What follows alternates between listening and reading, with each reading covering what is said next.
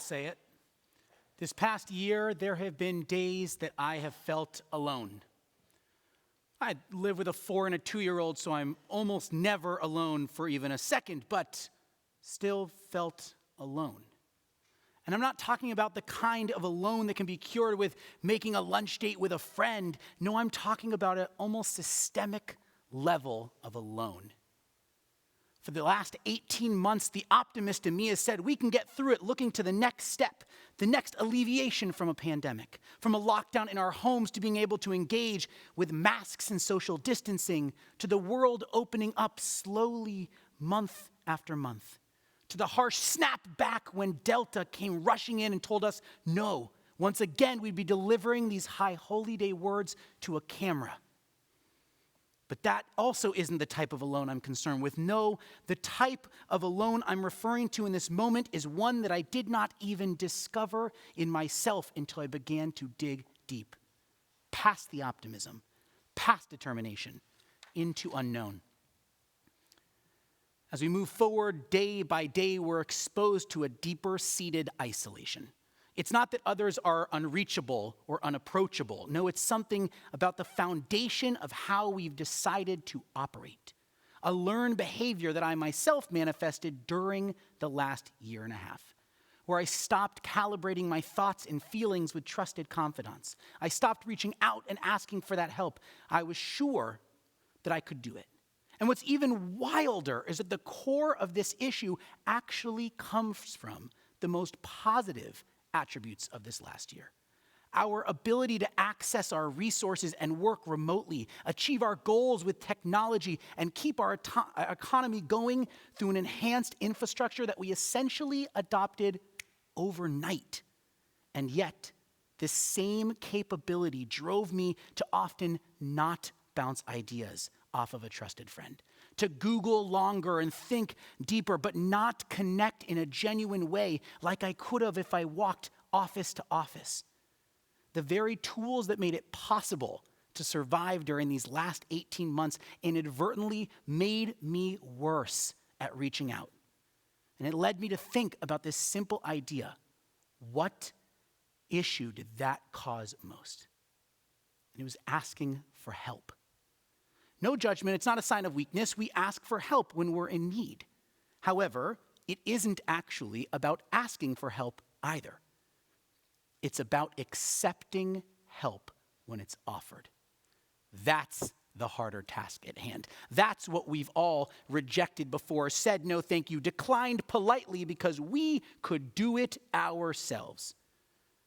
Though we could do it alone, we'd question our own capabilities if someone else had to help us. About a month ago, I was sitting at Cafe Lux with a friend talking about all kinds of things.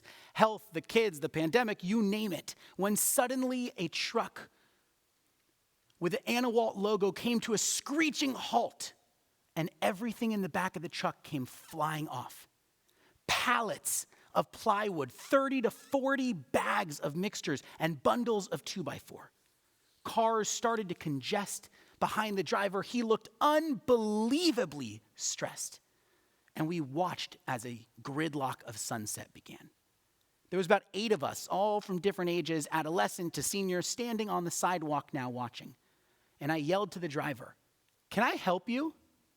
And to my shock, he answered, "Yes. Please, I would really appreciate that." So 8 people suddenly got to work. A police officer came by 2. Now there's 9 of us. The plywood's being picked up by 2s. There's a line literally passing the bags of mixture. Next thing you know, there's someone organizing the truck and one last person sliding in the 2x4s. 7 minutes. 7 minutes later, a disaster of the entire pickup truck was resolved. 7 minutes later, the driver drove off to deliver all the goods. 7 minutes later, all of the traffic lifted. Why? Because he accepted help. He didn't let his machismo or some level of shame get in the way. He accepted help. And that's not the norm in this society. In our American society, we have this notion that accepting help makes you less, that you would be less worthy. It's about who can stay at the office latest, who can accomplish the most on their own shoulders, who can be a problem solver all for their own. But that's not what our brilliant and timeless tradition has to offer. In times of mourning, we turn to Psalm 121, Esai Enai, and it literally opens with the recognition of help being godly. In a time in which we know that we would feel the most alone, disconnected from a loved one who is now lost, we turn to God's presence and say, this is the kind of help we rely on. We say, I turn my eyes to the mountain. From where will my help come? My help will come from that of God, maker of heaven and earth. Not only is help expected and authentic, we directly give credit to the divine for such a gift as help. Our tradition makes the helper a companion, a rower in the boat, but most importantly, a godly presence. And there's a teaching of our sages that all human beings are created in a divine image and therefore linked to God by a divine spark that's embedded deep in each of their souls. Each containing this divine spark at the core of what it means to be B'Tselem Elohim. So further, we have to find ways to nurture that divine spark, to elevate this moral worth and its dignity, linking us to the divine. So how can we nurture that? How can we celebrate the spark of the divine in each other? Accepting help literally aids this divine interaction. It brings two souls closer together when we allow ourselves to recognize we can build something greater connected. During Rosh Hashanah, I actually mentioned Psalm 145, hallelujah. When we turn and say, Poteach et yadecha umasbiach lekol chai ratzon. You give it open-handedly, feeding every creature to its heart's content. God offers help openly once again. Proof that the divine presence is what aid and help are. But this time in a psalm focused in joy. Joy is at the core of what it means to accept and embrace help. Joy in ourselves that we know we are not alone. Joy in the person who offers help knowing that their effort is worthwhile. And joy from God watching as we allow this divine interaction to take place. Asking for help should be championed, not tucked under the rug. It should be elevated as the way in which we celebrate divine encounters in our holy community. So now I want to talk about TikTok. There's a TikToker named Demi. And she's actually doing a very ambitious thing, trading a bobby pin all the way until she can get a house. That's right. She said, I'm going to trade this bobby pin and I'm not going to stop until I have a house. She went bobby pin to earring, to margarita glasses, to a vacuum, a snowboard, an Apple TV, multiple pairs of sneakers. The saga is infectious. And before long, she had millions of followers. Creative, hard work, dedication, and a heavy, heavy leaning on that community that just appeared allowed this project, this crazy experiment, to begin to work. Who knows why people trade? Maybe they have an extra pair. Maybe they're over the item they have. Maybe they want to be a part of Demi's journey. I mean, at one point she had tractors from the 1940s, and Chipotle even got involved. Trading a celebrity card of unlimited Chipotle that she was then able to turn into the next trade. It's insanely ambitious. It's crazy, and it's quite silly too. And yet, by following all of the voices, all of the people trying to chime in, all of the people wanting to be a part of her journey, she's pulling it off. It's incredible to watch. 5 million people tune in each time she announces that trade. So is she less successful for having to lean so heavily even on people she's never met? Or is she wildly successful for recognizing this glorious piece of truth on our earth? A few weeks back in our Torah of Ki Tavo, we read blessings and curses. And there's a specific curse that almost haunts me. This notion that God will afflict you with madness, blindness, and you will move about the room at noon as if a blind man in the dark.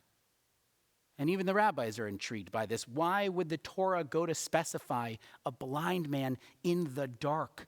They're blind. Dark, light shouldn't matter. Their insecurities and fear should be the same. So why specify in the dark? So Rabbi Yossi shares a story. He says, once I was walking in the dark of night and I stumbled across a blind man holding a torch. And I asked, why? Why are you walking around with a torch? You cannot see light. And the blind man responded, as long as a torch is in my hand, people see me. And they save me from the stumbling blocks, from the pits of darkness, from the fears that I have in front of me. And Rabbi Yossi explains that throughout his life, he was troubled by one verse of Torah, in which a blind man would be moving about in the darkness. But after this encounter, he realized that's the actual threat here. For a blind man to walk around in the light, they have the confidence that someone will come to their aid. But if it's in the dark, they are truly and utterly alone. Let this story be a reminder to each and every one of us, accept the help on our own journeys. It doesn't take away the ownership of the journey you've had to take in assistance or companionship along the way. We all go through periods in our life completely lost and reaching out for guideposts and security rails, terrified of all the stumbling blocks that might be in our own path. But in these moments, we should flip, have full confidence, not fear, shine light on our own distress, and allow others to step forward and alleviate our suffering. When you accept help, you allow an entire new world to unfold, an entire world of possibilities right in front of you, a complete refresh to your day, an endless amount of potential. To not accept help would be to neglect the brilliance of what we can achieve together, what God created with each of those divine sparks. So we thank God for the gift of being in holy community, of all being able to connect, even if we feel like there's a bit of a disconnect. Because at some point, we're going to need that support system. And if we allow each other to step in when we are ready, there is nothing that is insurmountable in front of us. So together, when we are willing to accept help, there is nothing we can't do. Gomar Chatima Tova.